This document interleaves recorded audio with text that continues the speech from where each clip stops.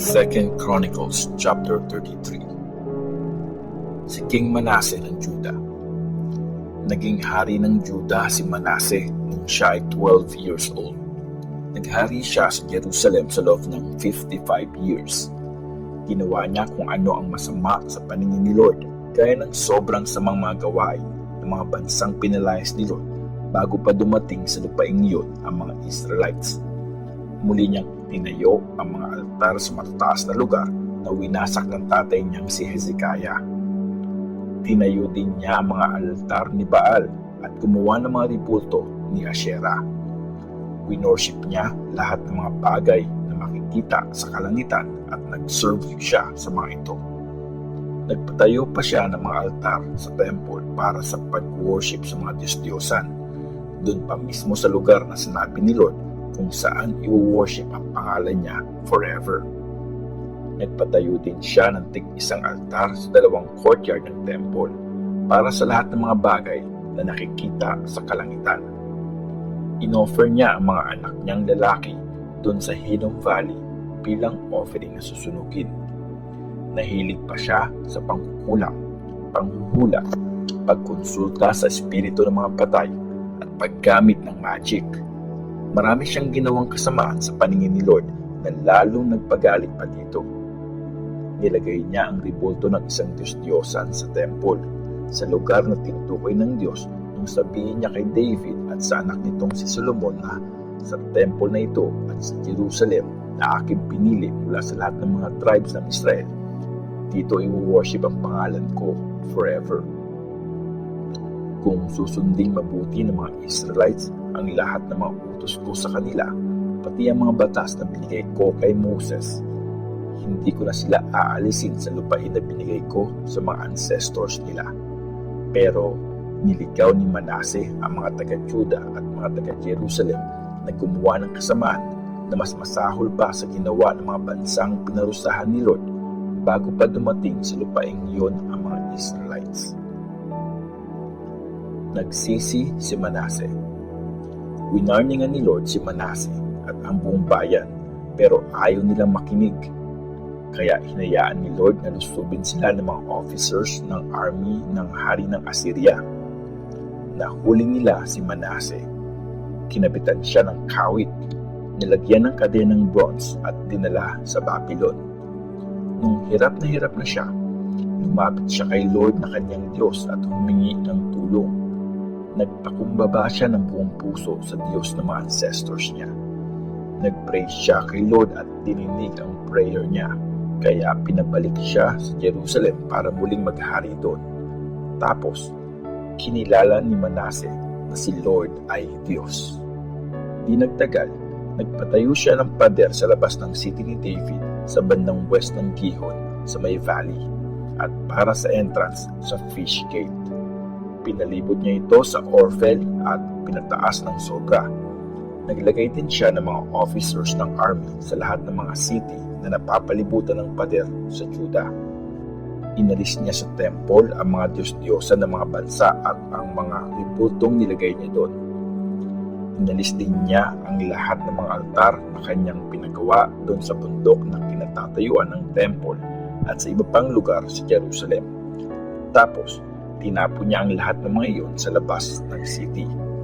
Muli niyang pinagawa ang altar ni Lord at nag-offer siya ng mga peace offerings at mga offerings ng pasasalamat. Inutos niya sa mga taga-Juda na mag-serve sila kay Lord, ang Diyos ng Israel. Nag-o-offer pa rin ang mga tao sa mga lugar kung saan wino-worship ang mga Diyos-Diyosan, pero ginagawa nila yon para kay Lord na kanilang Diyos. Ang pagkatapos ng paghahari ni Manasseh. Naka-record sa history ng mga hari ng Israel ang iba pang mga nangyari sa paghahari ni Manasseh. Ang prayer niya sa kanyang Diyos at ang mga sinabi ng mga prophet na kumausap sa kanya sa ngalan ni Lord, ang Diyos ng Israel. Naka-record naman sa history ng mga prophets ang prayer niya, ang pagtanggap ng Diyos sa kanyang pagmamakaawa, pati lahat ng mga kasalanan at pagkataksil na ginawa niya, at kung saan siya nagtayo ng mga lugar kung saan wino-worship ang mga Diyos-Diyosan. Nakasulat din doon ang mga pinagawa niyang mga ribulto ni Asherah at ng iba pa mga Diyos-Diyosan bago siya nagbalik loob. Namatay si Manase at nilibing sa kanyang palasyo. Ang anak niyang si Amon ang pumalit sa kanya bilang hari. Si King Amon ng Juda. Naging hari si Amon nung siya ay 22 years old. Naghari siya sa Jerusalem sa loob ng 2 taon. Ginawa niya kung ano ang masama sa paningin ni Lord, gaya ng ginawa ni Manase na tatay niya. Nag-offer at nag-serve si Amon sa lahat ng mga Diyos-Diyosang pinagawa ng tatay niya. Pero hindi siya nagpakumbaba kay Lord, di gaya ng ginawa ni Manase na tatay niya. Mas lalo pang nagkasala si King Amon. Nagsabwatan ang mga officers niya laban sa kanya at pinatay siya sa palasyo niya. Pero pinatay naman ng mga taong bayan ang lahat ng mga nagsabwatan laban kay King Amon. Anak niyang si Josiah ang pinili nilang maging kapalit niya bilang hari.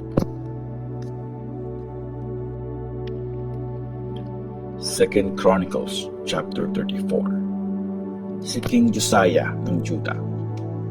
Naging hari ng Juda si Josiah nung siya ay 8 years old. Naghari siya sa Jerusalem sa loob ng 31 years. Ginawa niya kung anong tama sa paningin ni Lord, gaya ng ginawa ng ancestor niyang si King David. Sinunod niya ng buong puso ang lahat ng utos ng Diyos. Noong 8th year ng paghahari niya, nagsimula na siya mag-serve sa Diyos ng ancestor niyang si David kahit bata pa lang siya. Kaya noong 12th year ng paghahari niya, sinimulan niyang alisin sa Juda at Jerusalem ang mga altar sa matataas na lugar, ang mga ribulto ni Asherah at ang iba pang mga Diyos-Diyosan. Inutos niya na wasakin sa harap niya ang mga altar ni Baal at pinaghiba niya ang sunugan ng mga insenso na nasa ibabaw ng mga ito. Pinasira niya at pinadurog ang mga ribulto at pinatapon sa mga libingan ng mga taong nag-worship sa mga ito. Pinasunog din niya ang mga buto ng mga priest na nag-offer sa mga Diyos-Diyosan doon mismo sa mga altar ng mga ito. Sa ganitong paraan, nalinis ang Juda at Jerusalem ayon sa ritual. Sa lahat ng mga city at nawasak na lugar na sakop ng teritoryo ng mga tribes ni Manase, Ephraim at Simeon hanggang sa mga bayan ng Naphtali. Pinawasak niya ang mga altar at pinadurog ang mga ribulto ni Asherah at ng iba pang mga Diyos-Diyosan. Pinagiba niya lahat ng mga altar ng insenso sa buong lupain ng Israel.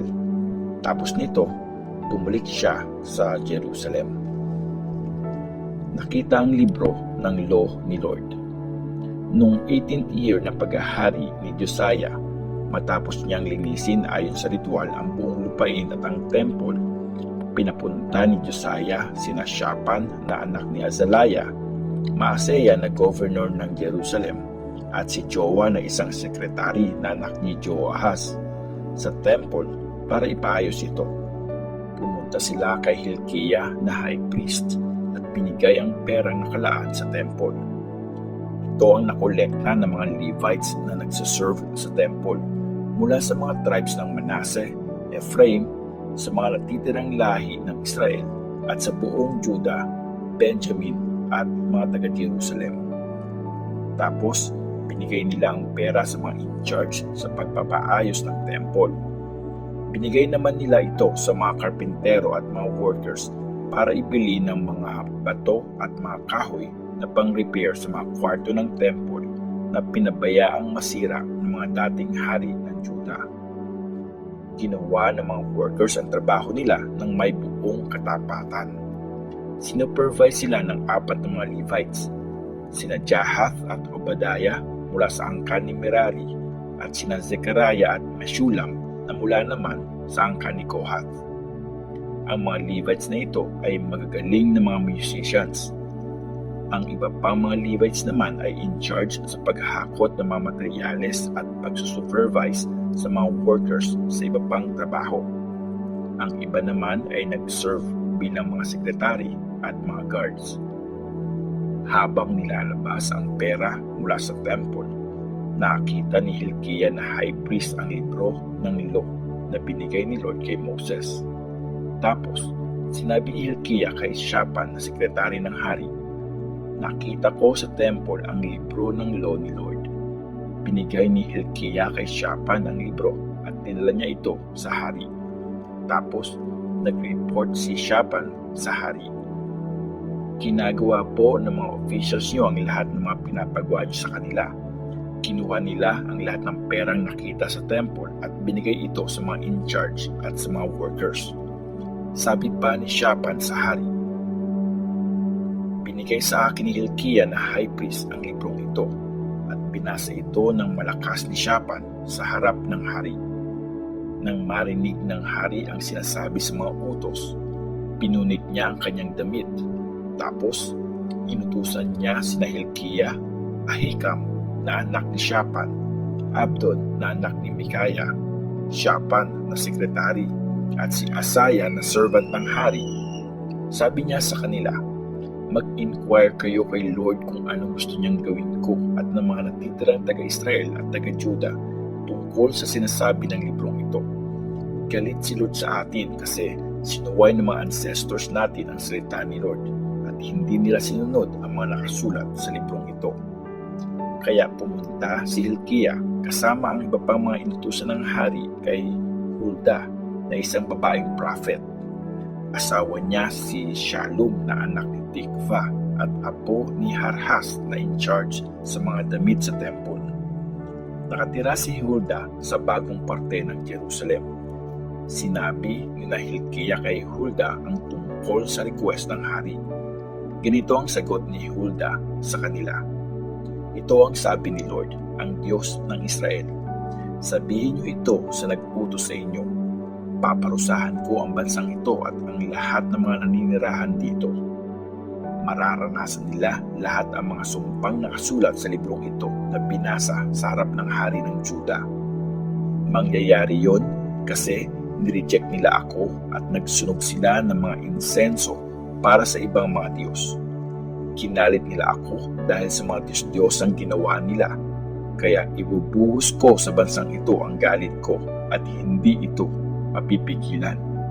Pero para sa hari ng Juda na nag-utos sa inyo para alamin ang kalooban ni Lord, sabihin niyo ito sa kanya. Ito ang sinasabi ni Lord, ang Diyos ng Israel. Tungkol sa mga salitang narinig mo, dahil nagsisi ka at nagpakumbaba sa harap ng Diyos nang marinig mo ang mga salita ko laban sa bansang ito at sa mga naninirahan dito. Tapos, pinakinggan kita nung nagpakumbaba ka, nung pinunit mo ang damit mo sa sobrang lungkot at umagulgol ka sa akin. Kaya pag namatay ka, isama kita sa mga ancestors mo at mamamatay kang mapayapa. Hindi mo mararanasan ang mga parusang ibibigay ko sa lugar na ito at sa mga naninirahan dito."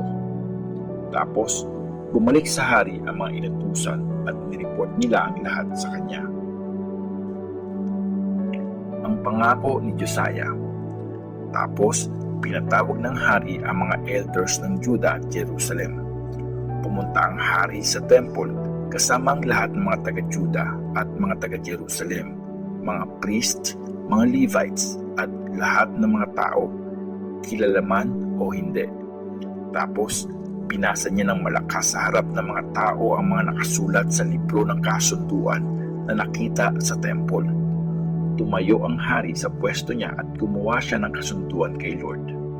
Nanumpa siya na mamumuhay siya ayon sa kalooban ni Lord at susundin ng buong puso at isip ang mga utos niya at mga batas, pati ang mga instructions niya.